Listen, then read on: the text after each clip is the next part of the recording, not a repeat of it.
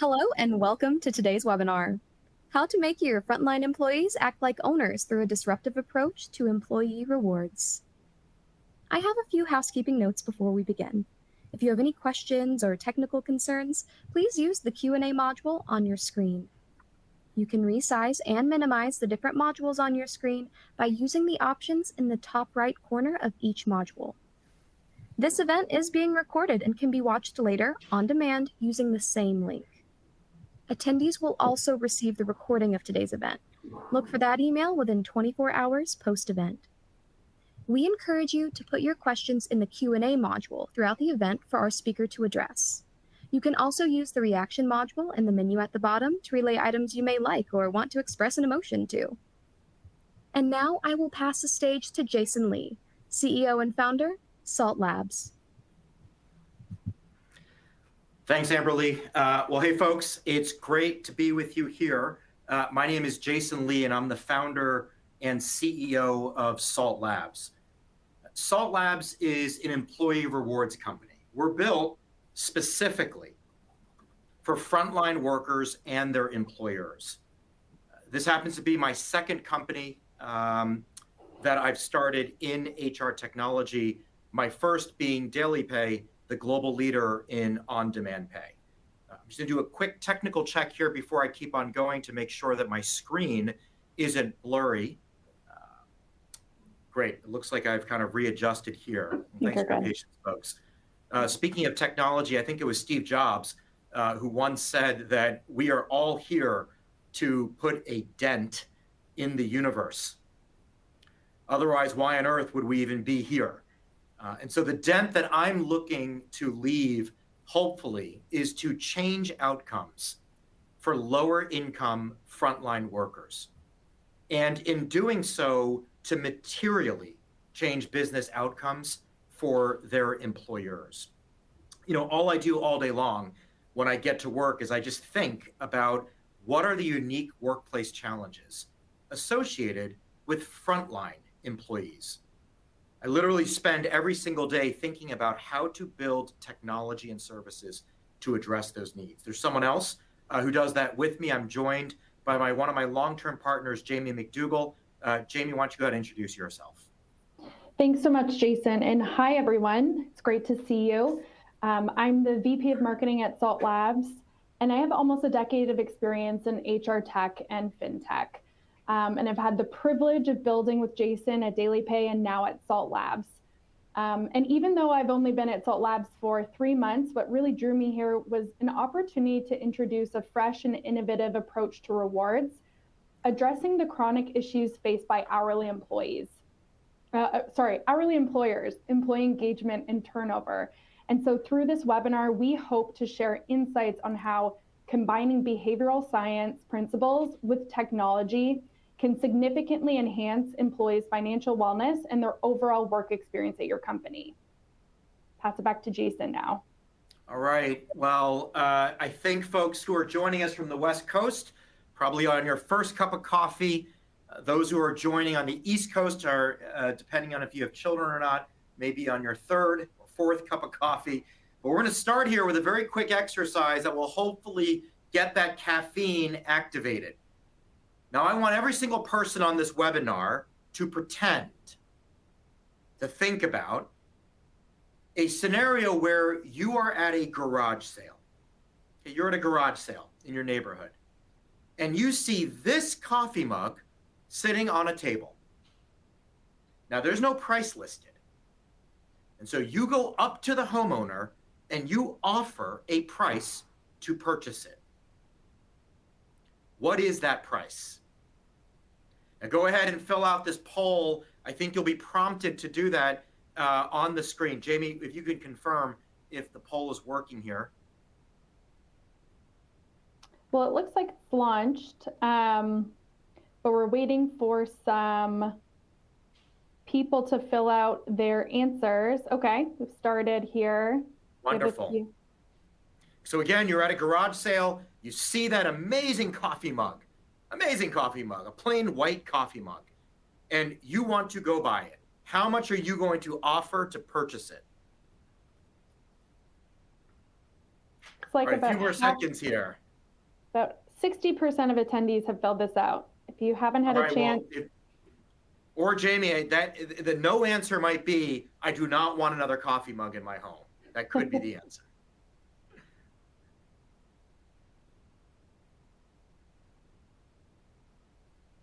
All right, Jaime, should we pull the poll here? Yeah, let's do it. All right. So what do we got? Okay, you're at this garage sale. You walk up to the homeowner. They have a white coffee cup, and the overwhelming majority of you, boy, oh boy, you do not want this coffee mug. Between $1 and $2. Some of you are between 2 and 4. A bunch of you probably did not respond.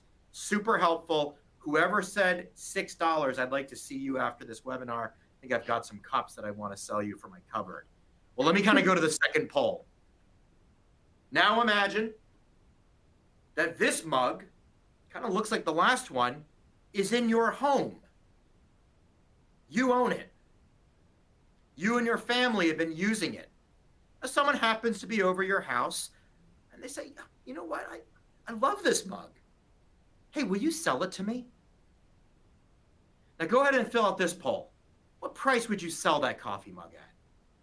Where would you sell that mug? Oh, I guess we added here an option E, which we probably should have had on the last poll as I think about it. But Jaime, let us know when you kind of have a rough estimate of poll participation here and when we can show the results. We're still waiting for the majority of people to fill out. All right. We're getting some entries in here. 35% of attendees have submitted. All right, great. You got to hurry up, folks. Make that decision. This is in your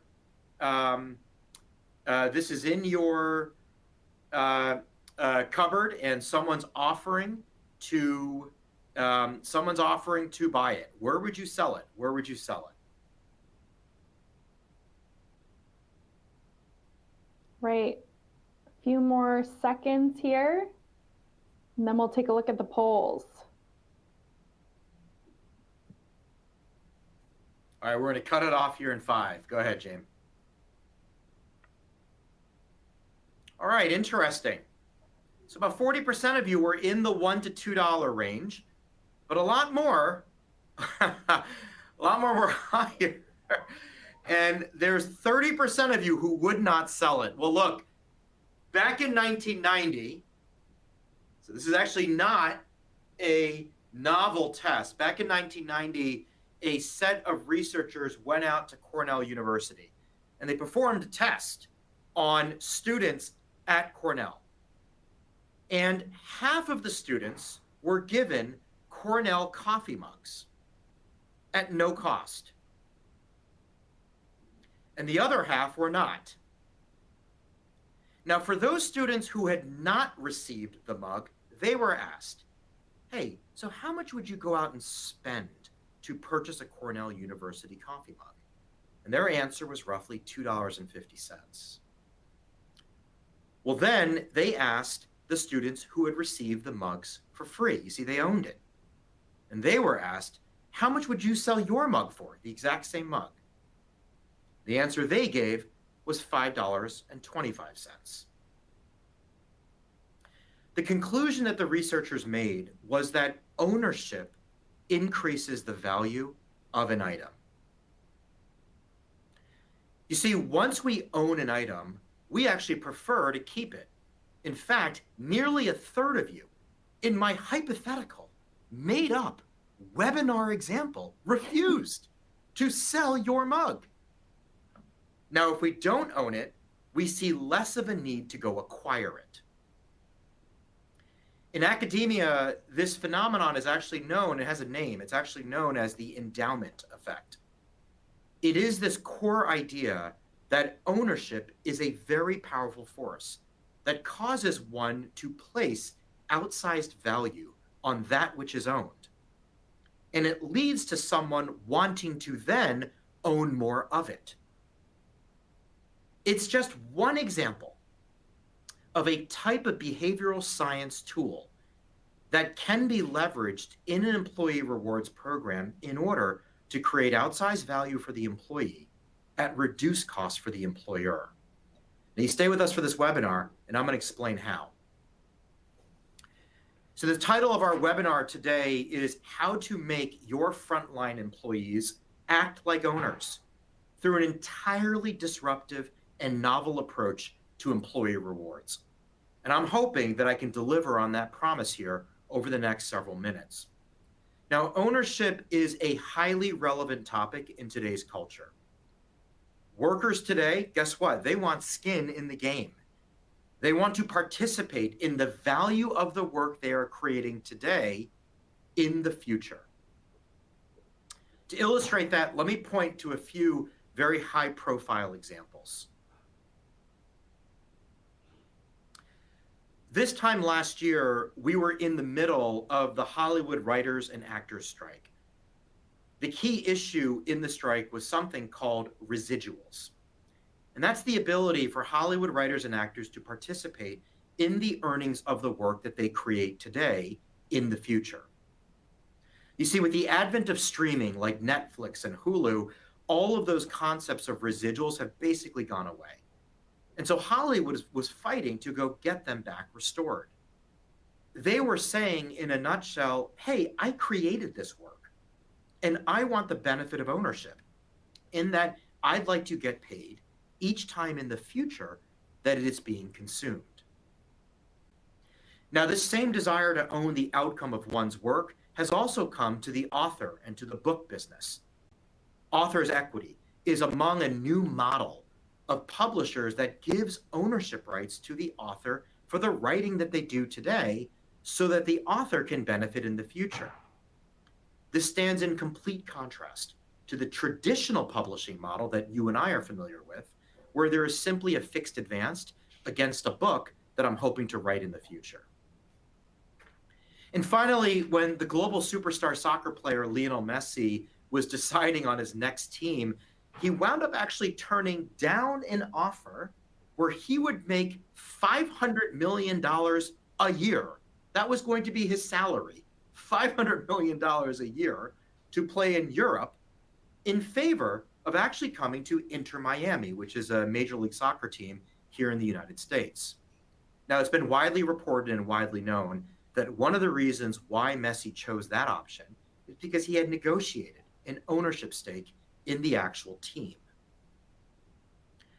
But you see, what's not widely known is that what he also did was he went to Apple and he said, hey, look, folks, I'd like a piece of Apple's revenue that's going to come to you from streaming the games that I'm playing in. You see, Messi knew he's the product. He's doing all the hard work. And so consequently, he wanted an ownership stake in that work. This desire for ownership amongst people who are working has now made its way into best-in-class employers. About a month ago, Walmart publicly made a groundbreaking announcement in the way that it is rewarding members of its frontline workforce. So starting this year, employees will receive shares in Walmart, starting with managers. Now, this is a strategic initiative to align the interest of workers with those of Walmart, and a way to really start to drive accountability and productivity.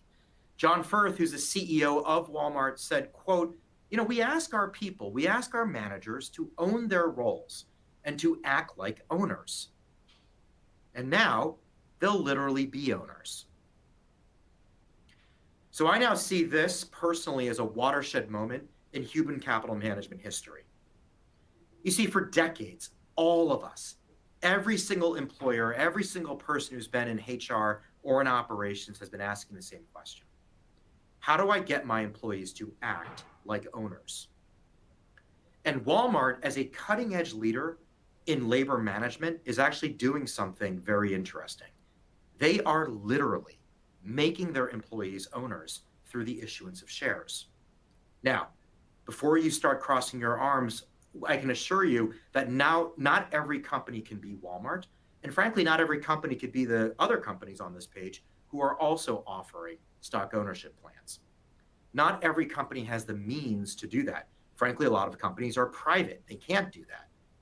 But you see, the significance of what I'm drawing to here is it's the theme that matters, which is the largest employer in the country has figured out what employees actually want, and that is ownership. So our thesis here in today's webinar, but also at our entire company, is that if you can make your employees feel and act like owners, they will be more engaged, they will stay longer, and they will be more aligned with your business goals.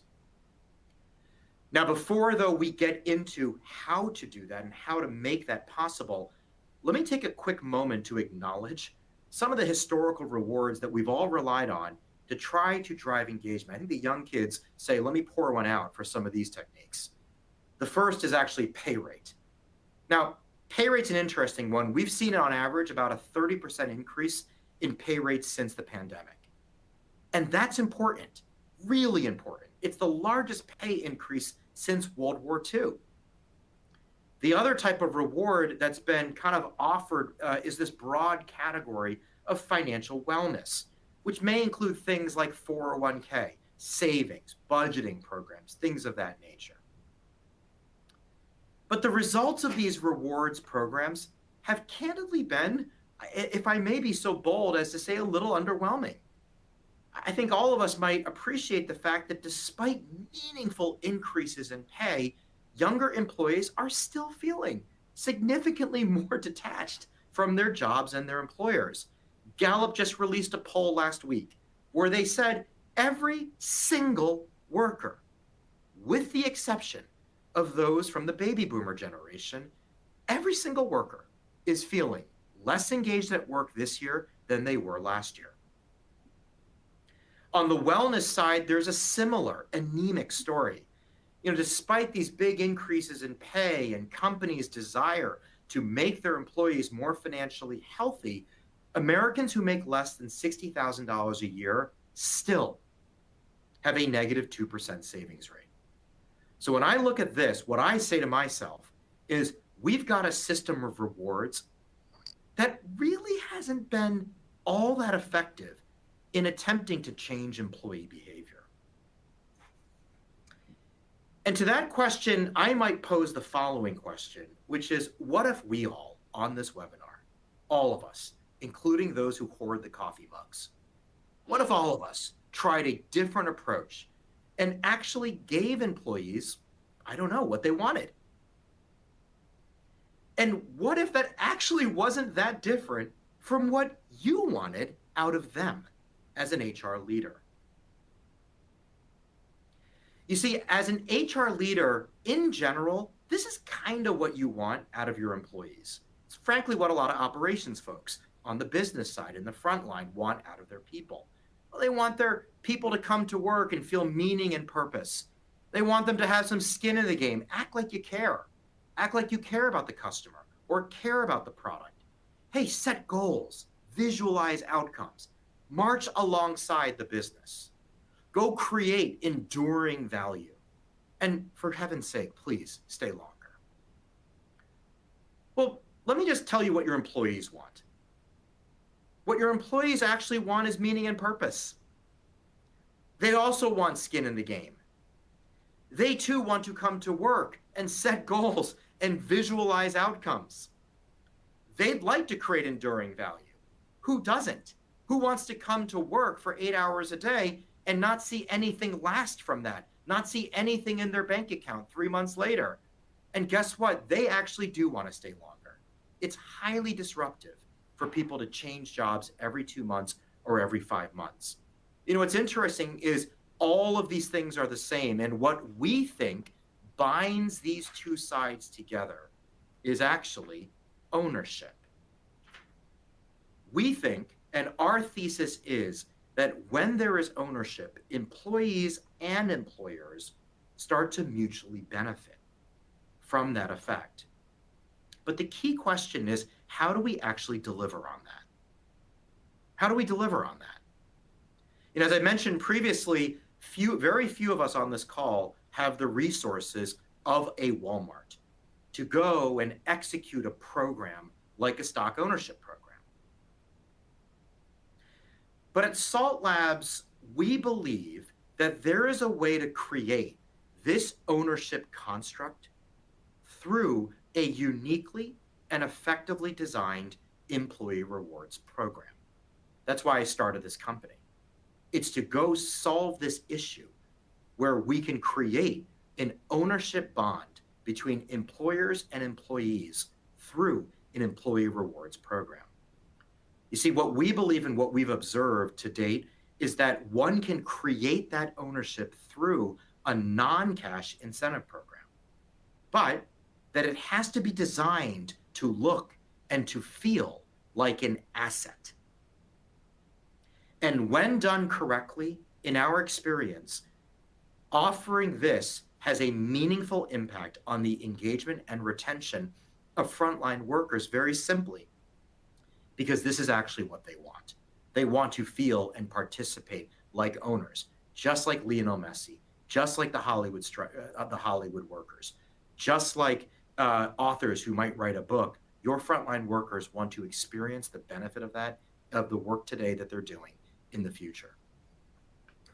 Now, by way of background, this idea of rewards and non-cash incentives has actually been used broadly across a lot of different use cases. And if I had to guess, many of you on this call may be offering some type of reward in your current structure today. So if you look last year, something like $176 billion was distributed by companies across a number of different areas of non-cash incentive. Those could be sales incentives, channel incentives, maybe some corporate giving. There's a lot that's gone into what we would call salaried employee incentives. These are kind of desk workers and office workers.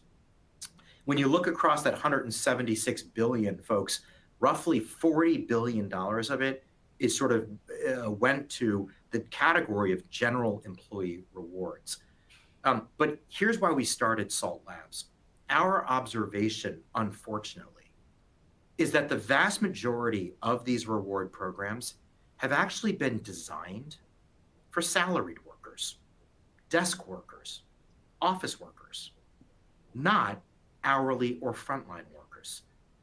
And it is often the case that what is occurring today is we are using a product that was designed for a salaried worker to try to monkey wrench that into the context of a frontline worker. You know, you only need to look at the websites of various employee rewards companies to actually observe that. I'm going to ask everyone on this call to look at these folks who are listed here on these various websites. And I'd like to ask you, do these look like your employees? Are these the type of workers that you employ today? Now, some of them may be, but I'm going to guess a lot of them are not that. You see, the target audience for workers in the office, as opposed to the target audience, rather, for these types of programs has historically really been workers in the office, as opposed to frontline workers or those who are distributed in the field. Now, as a practical matter, frontline workers are a completely different type of worker. I think all of you know that already. Oftentimes, they don't have the luxury of working in front of a computer, checking their email. Frankly, you may not want them to be doing that, or even trusting their superiors.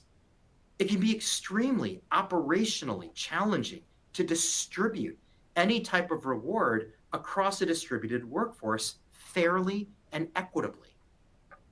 You have to rely on the subjective judgment of a manager who frankly may not be the best equipped to go out and decide, well, who's best deserving of this reward. Oftentimes, these programs will devolve into the lowest common denominator, which is the manager giving out rewards to the people who happen to be around him on the day he has to give out the reward, or worse, his friends. And so for all of these reasons, what we have observed is that employee rewards programs really haven't been that effective for frontline or hourly workers. And I'd love to get some feedback from all of you. Jaime? Great. So we're going to launch into our third and final poll of today's webinar. How do you feel about your current employee rewards and recognition program? A, one of the best benefits we offer. B, I'm not sure of its impact. C, it's ineffective. D, you don't have one, but you're considering one. And E, you don't have one, but you are not right now considering one. So we will just wait for all of you on the line to respond in the next minute. So again, the question is, how do you feel about your current employee rewards and recognition program?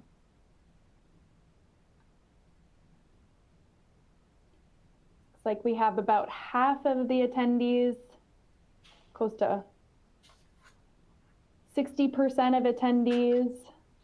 Wait till we get to 70% and then we'll move on here. Great. I'm excited to see these results. Is one of the choices here, I will not sell my coffee mug? Not this time.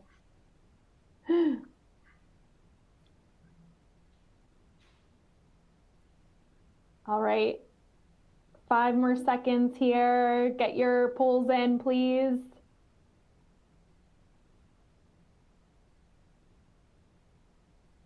All right, we'll move on. So, okay, well this, yeah. Go ahead, Jaime. So it looks like a lot of you, almost 40% of you think that, well, you're not really sure of its impact, which is not surprising based on some of the things that we talked about. And 20% of you don't have one, but are considering one. Jason, any other observations? No, I think this actually cues us up, or is a good segue into the next slide. I'll talk to the 60% of you who either have one today, you don't know if it's the right one, or frankly, for those 20% of you who might be considering the value of the right structured employee rewards program. There's a lot of text on this page, and believe it or not, we actually have a takeaway or a leave behind digitally that we will send to you that actually phrases this in more of a checklist format. But like in our experience, I'll just share with you some highlights in terms of what we hear from corporate clients and from folks who are considering a program like this.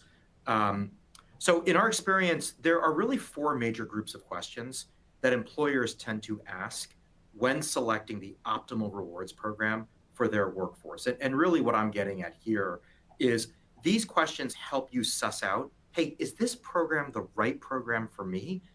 Not saying it's the wrong program for someone else, but hey, is it really right for me and my workforce? And a lot of this gets at the heart of, hey, how is my workforce set up? Is it hourly? Is it distributed?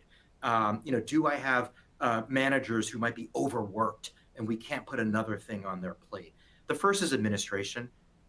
This is kind of how is the program managed? Is it top down or is it bottoms up? What we mean by that is, gosh, a lot of programs when they're in the office or for desk workers, it's actually okay to have kind of a top down orientation to the program because frankly, that's how office work is. You've got a boss, that boss pays you, that they tell you, hey, good job, not a good job. They're giving you feedback. That's really hard to replicate in the field through a program like this. And so one of the questions that we often get is, well, what's the work that's required for my manager? Because I don't want my managers in the flow here because they're already, we can't put another thing on their plate. On the employee side, we talk a lot about activation. Well, how are the users, how are the employees being engaged? Is this something where they sit around and then on the 91st day of the quarter, someone comes around unexpectedly and says, hey, attaboy, attagirl, here's a $20 gift card. I mean, that's helpful, but it may not be the most effective way to run a program. Is there more of a real time, more of an instant, more of a daily type of interaction that we can create through technology? The 20% of you or the 19.6% of you who were curious about efficacy, how do I measure the effectiveness of a program like this? That is what we are all being asked right now to do more with less. Every single person in HR knows this. Every program is being scrutinized. Every piece of technology has to be validated and then revalidated. It has to be rebought. The business purpose has to be established. And so if you have a program which is not connecting into the core business results where you can't produce easily not stats about the program. Those are frankly irrelevant to the CFO's office. It's stats about what is the impact you are having on the workforce. How has specifically the turnover changed? And I'm not even talking about turnover for the workforce. I want to know as a CFO, well, okay, how about the turnover for this cohort? For those people who exchanged into this item, what about that person who got that reward? In technology today, we ought to be able to get that type of data reporting down to the unit level, the individual level.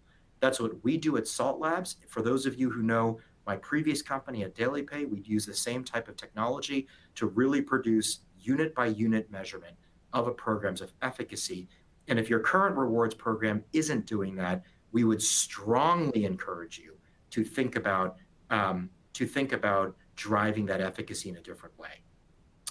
And then finally, which I'll address in a moment here, rewards. Meaning, what is the thing? Like, how do people exchange? What is in the catalog?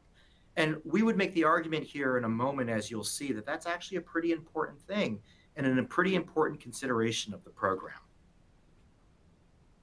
Awesome. So Jason had mentioned this just a moment ago, but we did partner with Heron Palmer, who is an HR benefits advisor with deep experience in assessing employee rewards programs and their efficacy. And they've sort of created this evaluative framework. And we're excited to share this with you after the webinar. Each of you will get a copy, and we're happy to answer any questions or connect you to Heron Palmer after the webinar. Well, thanks to our friends at Heron Palmer for producing this. This is awesome content. Getting back to the criteria, perhaps the most important property, though. So I kind of went through a bunch of different qualities and properties and questions to ask. But if you take one thing out of this entire webinar, it's probably this slide, which is, in our opinion, in our research, in our experience, in talking with your employees or people who look like your employees, the single most important characteristic of a program is, how does the employee perceive the actual value of the reward? And let me kind of explain what we mean by this. On one far end of the spectrum is compensation. And frankly, that is, and if I may say this, we are a disruptive technology company. You saw it in our title. A bunch of us, we invented on-demand pay, and now we are inventing a new way of thinking about rewards. So what I'm about to say is actually not what you're probably used to. The historical way of thinking about a reward is to structure it like compensation. And let me show you why that's the case, or how that's the case. The delivery of that reward, it actually feels a lot like payroll. Let me give you an example. Number one, it's periodic. You might get it every 90 days. You might get it once a month. You might get it on the 1-year anniversary of your job. By the way, how many hourly workers are even making it to 1 year? It tends to be periodic. And guess what also is periodic? Payroll. Payroll is periodic. Second, it's employer driven. What we mean by that is it's top down, meaning oftentimes reward programs are in the control of the company or the manager. Like, you're sitting around, you're doing your job, the worker's kind of working hard, and all of a sudden the manager says, I bequeath a reward on you, Tommy. I award you the blue ribbon today. And while that may have been acceptable 20 years ago, today that's actually not the way the modern world works. We don't really think about the world top down, except in the one exception of payroll. Payroll is top down. I wait every 2 weeks for my employer to pay me.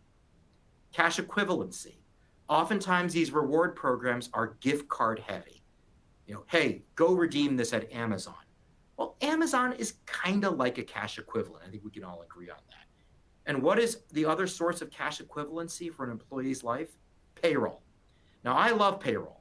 Folks on this phone call know I love payroll. That's a space that I've been in for the last 10 years. But I think we can also all agree that in the constraint of the budget times that we are in, there is no amount of a reward that you can go convince the employee of and say, hey, look, I funded this great reward. If they're perceiving that like an increase in compensation, it's probably going to be a drop in the bucket.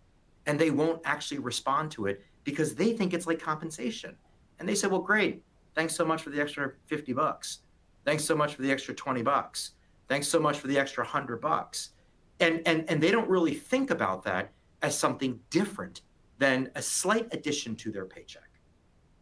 The reason I know this for sure is because we all just got out of the greatest pay increase since World War II, and nobody's turnover even changed. Now, I get it. Someone astutely pointed out in the comment field that, hey, wasn't that inflation and, cost of living? Sure, all of that is definitely relevant. But I think we can argue with the fact that everyone's paying a lot more, and frankly, turnover probably hasn't changed that much. Now, let me go to the right-hand side of this slide, which is ownership. At Salt Labs, what we've discovered is that if you structure the reward to manifest feelings of ownership, this then becomes profoundly more effective. So we structure our reward to not feel like an incremental form of payroll, but it actually feels more like a new asset, a new store of value, something that the employee now owns herself. And importantly, once she owns that, well, that ownership, it unlocks choice, freedom, opportunity, aspiration, excitement. You see, employees interact with their salt on a continual and daily basis.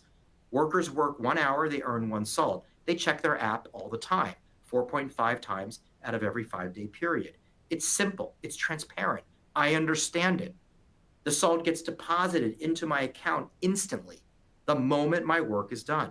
And it's an instant form of validation and recognition for the work that I've performed. See, this is different than a periodic once every month, once every 90-day reward, or frankly, even payroll, which is paid in arrears for the work that I did a long time ago. Instead, this is instant validation for the work that I'm doing. And most importantly, employees are the ones who go out and earn it on their own. They earn their salt through our application on their own. They do not wait for a manager to arbitrarily and subjectively say, attaboy, Tommy, attagirl, Sally, you're doing a great job. The core principle here is one values most what one earns themselves. You see, when employees earn their salt, they actually put that salt into a different mental accounting bucket. And that's powerful because it reframes the value the employee receives not as an increase in pay, but rather the start of building a new balance. So if you look at the slide in front of you, the left-hand side is, hey, let me get an hourly worker who makes $30,000 a year, and let me just give her a spot bonus. I'll give her a spot bonus of $50 3 times a year. Okay, well, that $150, that goes mentally into her normal compensation bucket. So whether it's consciously or subconsciously, she will do the math and realize she just got a 0.5% to her $30,000 annual pay, and that has now disappeared into the air because I have a negative 2% savings rate. Now, the behavior is not going to change in that case. There might be a short-term blip in engagement, but it's very likely to not be sustained. Alternatively, if you deliver that same worker $150 of non-cash value, for example, what we do here at SALT, well, now she will use a different mental account. What she will say is, well, hold on, this is going to be my area for vacation savings, or I'm going to use my SALT to maybe get a 529 contribution for my kid. This is something that I would want to save for, but I can't because I have a negative 2% savings rate. But all of a sudden, I start to build my SALT balance. And because that starts at 0, the distance or the progress that I make, that is infinite by definition, because I started at 0, that is an infinite percentage of return versus a 0.5% on the left-hand side. A professor at Rutgers in the HR School of Management reviewed the SALT program and said, look, if we give someone $150 towards an all expenses weekend on a nice vacation or something, then we've gone from 0 in the vacation mental account up to 150. And that marginal increase is huge. Said differently, all I did here was I changed the form of the reward, because we know an hourly worker does not have the ability to go out and save that money, even if you were to give it to them in the form of a payroll increase. Now, recall the coffee mug study that we did. It demonstrated that once we own something, we tend to place a lot of value on that thing, and we want to go earn more of it. Honestly, that's why people love origami. If you've ever done that, it takes a lot of effort to make that swan, and so people will keep that on their desk for many, many weeks, because it takes a lot of effort to go make it. If any of you remember your days in college, it's why IKEA makes you turn a few screws, hammer a few nails, fasten a few bolts. Do they do that because there's defective product, or they didn't feel like doing the last? Of course not. They do that intentionally. It's so that you feel like you made that furniture, and therefore you value it more. You see, when you're actively involved in something, be it I own this mug, be it I made the origami, be it I made that furniture, this represents your effort. And if we can get the employee reward to capture that sense of, hey, I made this salt. I created this. I'm the one who did it. Well, that is what actually creates a lot of value in the program itself. You see, frontline workers want ownership. They want to see a representation of their work, because for better or for worse, and this is nobody's fault on this call, but for better or for worse, their bank account is not a good representation of their work. Our employees may have worked for 6 months, 9 months, 15 months, and they still have 0 in their bank account. Their bank account is an inferior representation of all of the hard work they did. But with a reward structured like an asset like salt, now all of a sudden they start to grow and grow and grow a balance. And that is massively validating for them. You see, we've designed a system that enables employees to earn an asset that we call salt for every single hour they work. And employees, they earn their salt over time. They grow their balance. And at some point, they may choose to exchange it for some awesome good or experience that they would have wanted to save in their normal paycheck for, but they just couldn't because life's really difficult. The most powerful feature of our program is that, unlike other rewards programs, employees experience a deep, deep sense of ownership because they work for, earn, and manufacture and make their own salt. And that is what we've identified as what frontline workers are after today. Now, for the employer, why do you benefit from that? This use and leveraging of ownership is actually what enables you to go fund salt at a de minimis cost while realizing the benefits of an employee valuing their salt, according to our studies, up to 11 times its funded cost. Let me repeat that. In this example, let's say you funded each salt 10 cents. Our studies are showing that that employee is actually valuing that at $1.10. Now, if some of you are wondering, is that just a sleight of hand? The reality is no, it's a product that we've created which creates value for the employee. Think about the intangible value that we've built into this experience. Salt represents for the very first time their work history in permanent digital form. Probably everyone on this call has a form of salt. It's called LinkedIn.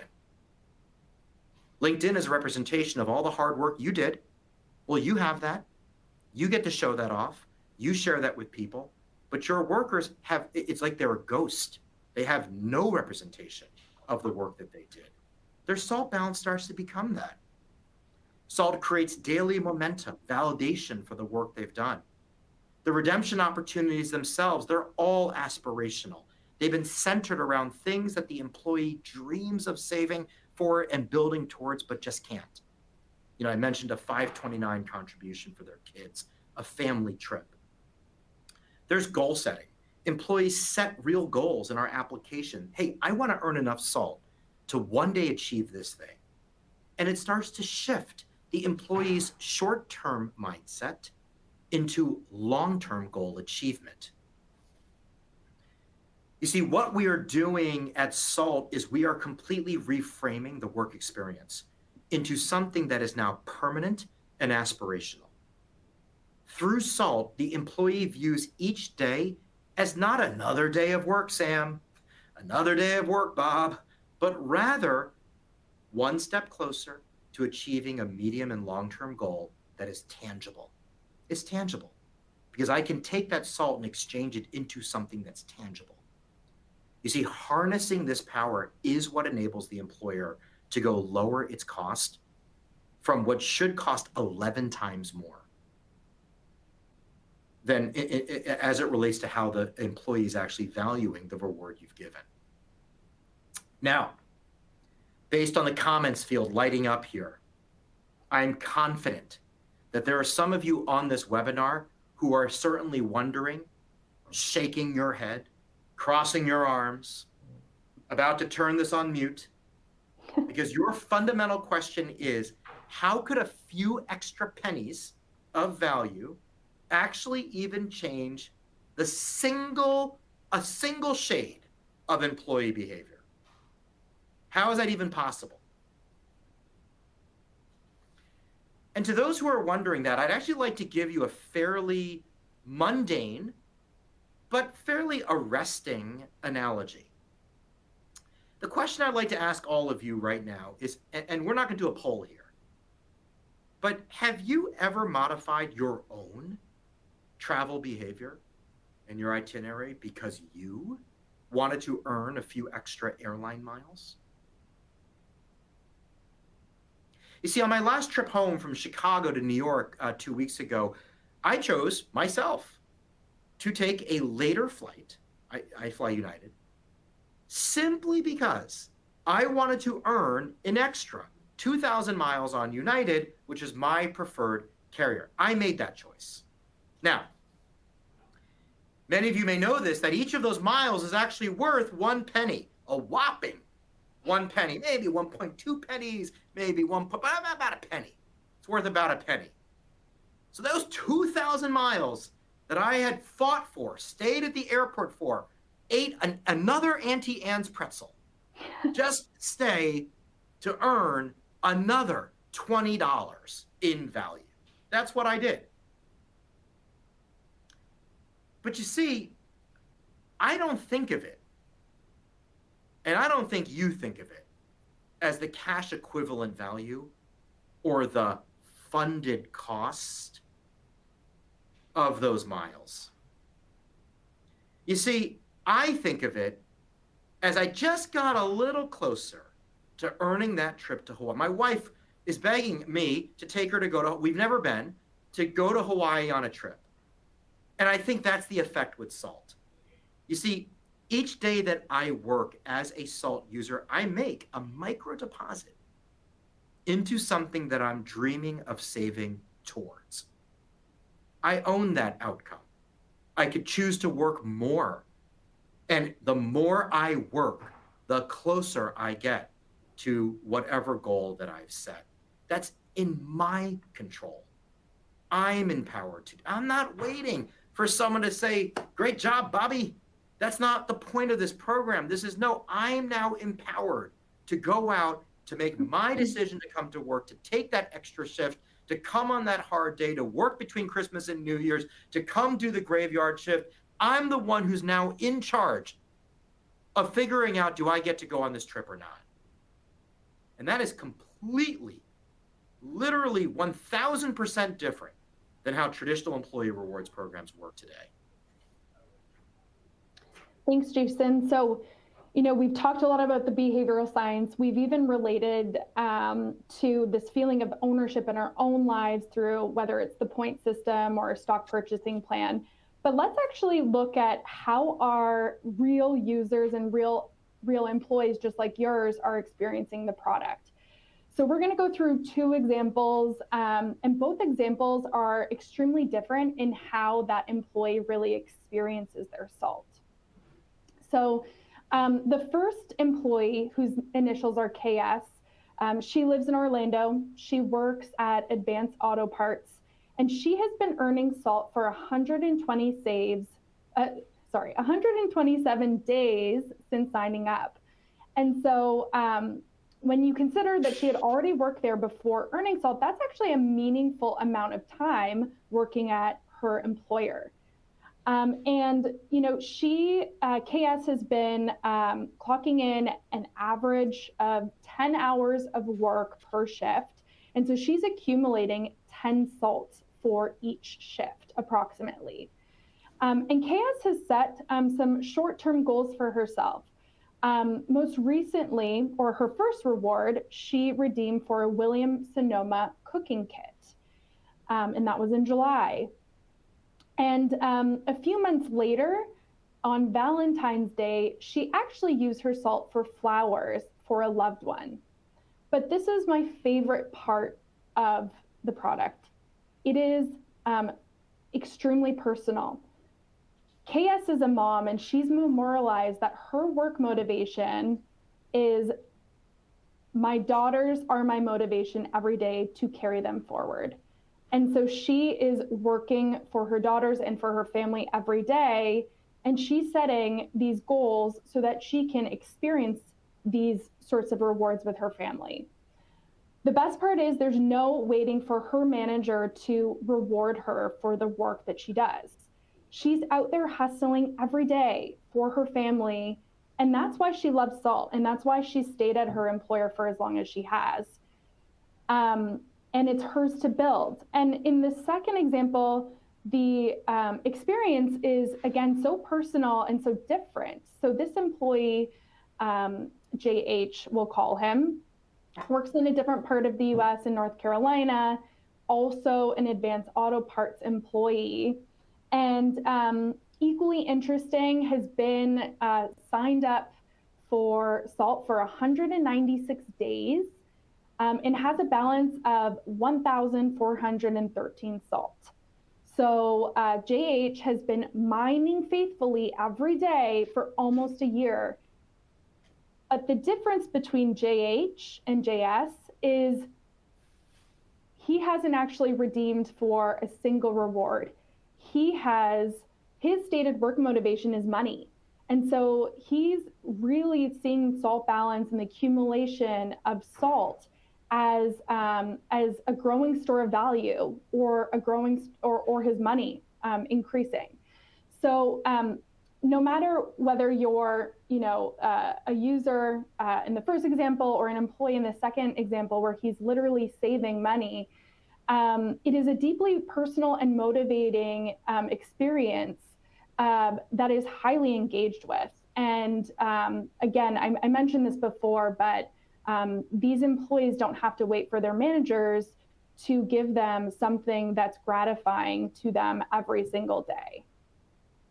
Yeah, I would just add the following comment, then we're going to wrap up here. The average turnover rate at some of these these types of employers where folks are working is probably something like 100%, 120%, and for a typical worker like this. And so, it's what's so fascinating about these two examples is it just illustrates how people or why SALT is so valuable. Meaning, everyone's got their own story. Someone's using it to exchange. She's getting personal experience. She's able to enjoy the benefits of the program. This person thinks that their validation is just earning and just saving. It's equivalent to like some friends of mine who just like looking at their miles balance and never actually use it. They just like seeing their balance. They like seeing that balance grow over time. It represents a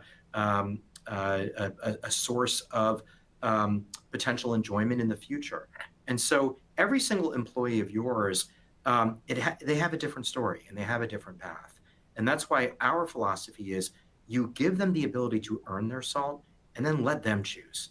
Let them choose, as opposed to coercing some type of result upon them. We're going to wrap up here. Thanks for sticking with us here for the full hour. Here are three things to remember. Number one, Lionel Messi. And what you're supposed to remember from that is hourly workers are motivated by owning their own outcomes. Even Lionel Messi is motivated by some element of ownership. They want a stake in the work that they are creating. It's not crazy. It's completely logical. Think about their bank account. Their bank account is not an accurate reflection of all of the hard work that they've done at your company. And so they would love to be able to see that be part of the thing that they have earned and that asset permanence. Deeply motivating, deeply engaging. Second, at the end of the day, give employees what they want, because it ain't different than probably what you want. You all want the same things. We all want the same things. We want purpose, skin in the game, visualizing outcomes, creating value, and staying longer. On average, people who are using SALT stay at a company 56% longer than those who are not. Same company, same employees, same regions. It's remarkable, the behavioral difference that we see. And then finally, SALT is an asset that the employee owns. Work 1 hour, earn 1 SALT. It's what actually drives an employee to continue to want to earn, to work, to earn, to work longer and longer. And that's what we're in the business of. Finally, if you are interested in joining us on our next mission here at SALT, just book a meeting here. You can email that address, contact me directly. I'm on LinkedIn. In the meantime, we will send to you the Heron Palmer Employee Rewards Evaluation Guide, and you can enjoy that content and book meetings through that. I think there are a couple Q&As here that we did not get a chance to address, but we will address those with folks offline. We've stored them all here, and we'll just send you an email to those questions. With that, we're going to wrap up here. Want to thank everyone for sticking with us. We absolutely love HR technology, helping employers, helping your employees, what we live for, building great technology to help your employees. So hopefully we'll hear from some of you as you're thinking about the next program. Thanks, folks. Thank you for attending today's webinar. You may disconnect and have a wonderful rest of your day.